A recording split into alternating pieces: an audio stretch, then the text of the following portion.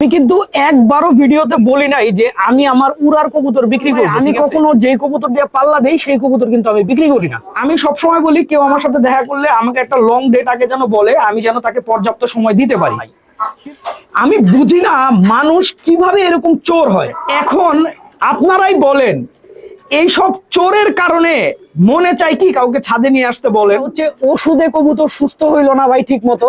আসসালামু আলাইকুম দর্শকবৃন্দ, কি অবস্থা সবার, কেমন আছেন আপনারা? আপনাদের সবাইকে আমার নতুন একটা ভিডিওতে স্বাগত। দর্শকবৃন্দ, আমি আসলে জানি না আপনারা কেমন আছেন, কিন্তু আমার মন মানসিক অবস্থা খুবই খারাপ।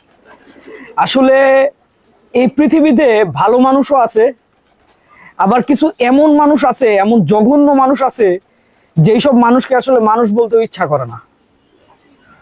আপনারা সবাই জানেন যে বেশ কিছু কবুতর আমি সেল পোস্টে দিয়েছিলাম। হ্যাঁ, তো সেল পোস্টে দেওয়ার পর আমার অনেকের সাথেই কথা হয়, তো অনেকেই আমার কাছে আসলে ছবি পাঠাইতে বলেন, তো আমার কাছে সেই সময়টা আসলে থাকে না। কারণ একটা কবুতরের সঠিক ছবি তুলতে ভাই অনেক সময় লাগে, বুঝছেন? কারণ কবুতরের যখন আপনি ছবি তুলতে যাবেন তখন কবুতর কিন্তু নড়াচড়া করবে, যে কারণে ঠিকঠাক মতো ভাই কবুতরের ছবি তোলা যায় না। তো দেখা যায় বেশিরভাগ ক্ষেত্রে আমি বলি কি ভাই দেখেন, আপনি বাসায় আসেন, যারা ছবি চায় আমি বলি হচ্ছে যে আপনার বাসায় আসেন, বাসায় এসে দেখে পছন্দ করে আপনার যেই কবুতরটা ভালো লাগে সেই কবুতরটা নিয়ে যান। কার আমি কিন্তু সেল পোস্টে দিছি শুধুমাত্র আমার যেই সব কবুতরগুলার বাচ্চা রেজাল্ট করছে, আমার বাসায় রেজাল্ট করে ওই সব কবুতরগুলাই আমি সেল পোস্টে দিছি। কারণ আমি চাচ্ছি হচ্ছে আমার বাসায় আমি কোনো পরকাটা কবুতর রাখবো না, সবগুলার কবুতর থাকবে, যে কারণে পরকাটা কবুতরগুলাই কিন্তু আমি ছেড়ে দিতেছি। তো যাই হোক, এর মধ্যে অনেকেই আসছেন, এসে নিয়ে গেছেন, তো আপনাদেরকে অসংখ্য ধন্যবাদ। গতকালকে এক ভাই আমার বাসায় আসছিল, গতকালকে। হ্যাঁ, তো উনি আমার সাথে অনেকদিন ধরেই কথা বলতেছিল, ঠিক আছে, উনি 2 জোড়া কবুতর নিবে, ওনার সাথে আমি দামের ধারণা ওনাকে দিয়ে দিছি। দামের ধারণা দেওয়ার পরে উনি বাসায় আসছে। আমি কিন্তু একবারও ভিডিওতে বলি নাই যে আমি আমার উড়ার কবুতর বিক্রি করব, ঠিক আছে। তো উনি আইসা আমার উড়ার কবুতর গুলা দেখতে শুরু করলো। আমি কখনো যে কবুতর দিয়ে পাল্লা দেই সেই কবুতর কিন্তু আমি বিক্রি করি না। তো যাই হোক, উনি অনেকক্ষণ ধরে আমার উড়ার কবুতর গুলা হাত দিতে থাকলো, ঠিক আছে, একটা একটা করে দেখতে থাকলো। তো আমি বললাম ভাই, যে ভাই এগুলা কিন্তু আমি বিক্রি করব না। তো উনি আমাকে বললো যে ভাই সমস্যা নাই, আপনার কবুতর গুলো একটু দেখি। তো যাই হোক, একটা মানুষ দেখতে চাইছে, তাকে তো দেখতে দেওয়া উচিত। তো একটা পর্যায়ে সে এমন ভাবে একবার এক খাঁচার কবুতর ধরতে থাকলো যে আমি মনে করেন আসলে তার মানে কতক্ষণ খেয়াল রাখবো। আর একটা মানুষের তার মানে বাসায় আইসা কেউ এমন কোনো ঘটনা ঘটাবে, এই জিনিসটা অনেকদিন ঘটে নাই, যে কারণে আমার বিশ্বাসের বাইরে চলে গেছিল। তো যাই হোক, তারপরে সে বাইরের কবুতর গুলো সব দেখা হইলো, দেখার পরে সে থরের ঘরে যাইতে চাইলো। আর আনফরচুনেটলি গতকালকে আসলে ছাদে কেউ ছিল না, আমি একা ছিলাম, ঠিক আছে, আমি একা ছিলাম। তো একা থাকার কারণে আমি সামনে কবুতর গুলার খাবার খাওয়া হয়ে গেছিল, আমি কবুতর গুলাকে খাবার খেতে দিলাম। হ্যাঁ, তা উনি থরের ঘরে আসলো, থরের ঘরে আইসা কি দেখলো না দেখলো আমি জানি না, ঠিক আছে। উনি থরের ঘর থেকে বের হয়ে বললো ভাই আমার কোনো কবুতর পছন্দ হয় না, আমি চলে যাব।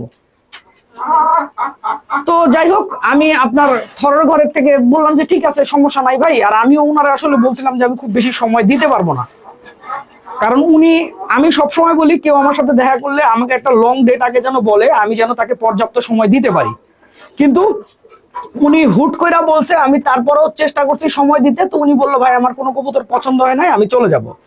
তো যাই হোক, উনি চলে গেল। আমি চলে যাওয়ার পর থেকে দেখতেছি যে আমার এই খাঁচায় এই চুইঠাল আর এই সিলভার কবুতরটা জোড়া দেওয়ার পরে ওরা কিন্তু ডিম পারছিল। হ্যাঁ, আমি দেখতেছি এইখানে এক জোড়া ডিম ছিল, সেই ডিম জোড়া নাই। আমি বুঝি না মানুষ কিভাবে এরকম চোর হয়। এখন আমি একটা কথা বলি, সেটা হচ্ছে যে উনি যে কাজটা করছে সেটার ভিডিও ফুটেজ কিন্তু আমার কাছে আছে, আমার থরের ঘরে কিন্তু ক্যামেরা লাগানো আছে। কিন্তু আমি এই জিনিসটা আসলে আমি চাইলেই উনি যে কবুতরটা নিছে, ঠিক আছে, উনার ভিডিও কিন্তু আমি ছেড়ে দিতে পারি, উনার ভিডিওটা আমি পাবলিক করে দিতে পারি, মানুষকে দেখাইতে পারি। কিন্তু আমি এই জিনিসটা নিতান্তই ভদ্রতার খাতিরে করলাম না। আর দ্বিতীয় যেটা কথা, উনি নিয়ে যাওয়ার পর থেকে উনি হোয়াটসঅ্যাপে আমার সাথে কথা বলছে, হোয়াটসঅ্যাপে আমাকে ব্লক করে দিছে, আমার নাম্বার ব্লক করে দিছে। আমি এরপরে কল দিতেছি, উনাকে আর কলে পাইতেছি না। তো এখন আপনারাই বলেন, এইসব চোরের কারণে মনে চাই কি কাউকে ছাদে নিয়ে আসতে বলেন। ভাই কষ্ট লাগে, খুব কষ্ট লাগে। মানুষ কিভাবে যে এরকম চোর হয় ভাই আমি বুঝি না, বুঝছেন। কিভাবে করে মানুষ এরকম? তার মানে একটা ব্যক্তিত্ব বলে ব্যাপার আছে। উনার বয়স আমার সমান হবে, ঠিক আছে, দেখতে যথেষ্ট ভদ্রলোক, জেন্টলম্যান টাইপের লোক। যদি জেন্টলম্যান টাইপের লোক না হইতো আমি কখনোই ভাই আমার ছাদে তুলতাম না, ঠিক আছে। কিন্তু এই ধরনের ভদ্রলোকের বেশে যদি চোর থাকে, আপনারা আমার মতো কবুতর পালকেরা কিভাবে একজনকে বলেন তো ছাদে নিয়ে যাবে? আর একটা মানুষ ছাদে আসার পরে সারাক্ষণ উনার দিকে খেয়াল রাখা কি সম্ভব বলেন? সারাক্ষণ কিন্তু খেয়াল রাখা ভাই সম্ভব না। তো যাই হোক, আমি আল্লাহর কাছে আলহামদুলিল্লাহ পড়ছি যে উনি ডিম নিয়ে গেছে, এখানে অনেক বাচ্চা ছিল। তো এই বাচ্চাগুলো নিয়ে গেলে তো মনে করেন আমি আরো বেশি ক্ষতিগ্রস্ত হইতাম। তো যাই হোক, আমি খুব বেশি ক্ষতিগ্রস্ত হই নাই। আল্লাহর কাছে হাজারো লাখো কোটি শুকরিয়া যে আমি কমের উপরে বেঁচে গেছি, বুঝছেন। আমার আসলে আমি অনেক সময় যে দেখা করতে চাই না, আপনারা যখন দেখা করতে চান, দেখা করতে চাই না কেন জানেন? এরকম ঘটনা কিন্তু এর আগেও ঘটছে, কিন্তু রিসেন্ট এই যে এইরকম ঘটনা ঘটাটা কমে গেছিল। কিন্তু এই মনে করেন একবার একজন একটা কবুতর নিয়ে গেছিল, এরপরে মনে হয় এই ঘটনাটাই ঘটলো যে কবুতরের ডিম চুরি করে নিয়ে গেল। আসলে ভাই মন ভাঙা যায়, বুঝছেন, এইসব চোর বাটপারের জন্য ভাই মন ভাঙা যায়। আমরা যারা কবুতর পালি আমাদের মধ্যে এমন মানুষ আছে যারা খুবই ভালো মানুষ, খুবই ডিসেন্ট মানুষ, খুবই ভদ্র মানুষ।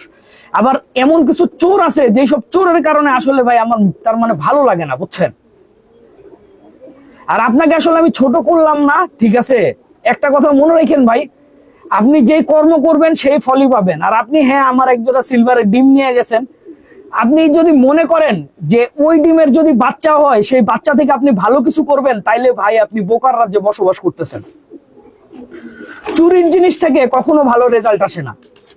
যদি আপনি স্বর্ণ চুরি করেন, ওই স্বর্ণ ভাই মাটি হয়ে যাবে, বুঝতে পারছেন। এইদিকে আপনারা জানেন যে আমাদের বেশ কিছু কবুতরের ঠান্ডা গরম হয়েছিল। সেই ঠান্ডা গরম সারানোর জন্য আমি বিভিন্ন ধরনের ওষুধ প্রয়োগ করছি, কিন্তু আমি সবচাইতে যে জিনিসটাই আসলে ভালো ফলাফল পাইলাম সেটা হচ্ছে ওষুধে কবুতর সুস্থ হইলো না ভাই ঠিক মতো। কবুতর সুস্থ হইলো, ওদেরকে যখন নরমালি একসাথে রাখা শুরু করলাম, ওরা আস্তে আস্তে সুস্থ হওয়া শুরু করলো। যেমন এই দাপড়ির কবুতর গুলোর কিন্তু অবস্থা বেশ দুর্বল ছিল, কিন্তু আমি নর আর মাদি একসাথে দিয়ে দিছি। এই যে যেমন এই খয়রা গলাটা দেখতেছেন, এটা মাদি। তারপরে হচ্ছে আপনার এইটাও মাদি কবুতর। তো নর মাদি কবুতর একসাথে দেওয়ার পরে আলহামদুলিল্লাহ এখন আর আমার কবুতর গুলো আস্তে আস্তে সুস্থ হয়ে গেছে। তো কবুতর যখন খুব বেশি অসুস্থ হয়ে যায়, তখন যদি ওদেরকে নর মাদি একসাথে রেখে দেন তাহলে কিন্তু ভালো একটা ফলাফল পাওয়া যায়। তো যাই হোক, আমি অনেক খুশি যে একদিক খারাপ হইলেও এই জিনিসটা ভালোর দিকে গেছে, কবুতর গুলা সুস্থ হইতেছে। আর সত্য কথা বলতে কি, বর্তমানে আবহাওয়ার অবস্থাটা এত খারাপ, এই আবহাওয়াতে কবুতরকে সুস্থ রাখা একটা বিশাল বড় চ্যালেঞ্জের কাজ। কারণ এই রোদ, এই বৃষ্টি, এটার কোনো বৃষ্টি আর রোদের কোনো আগা মাথা নাই, এই আর কি। তো দর্শকবৃন্দ, ভিডিওটা আমি এখানেই শেষ করছি। আপনারা সবাই ভালো থাকবেন। আর আপনার উদ্দেশ্যে একটা কথা বলি ভাই, আল্লাহ আপনাকে হেদায়েত দান করুক।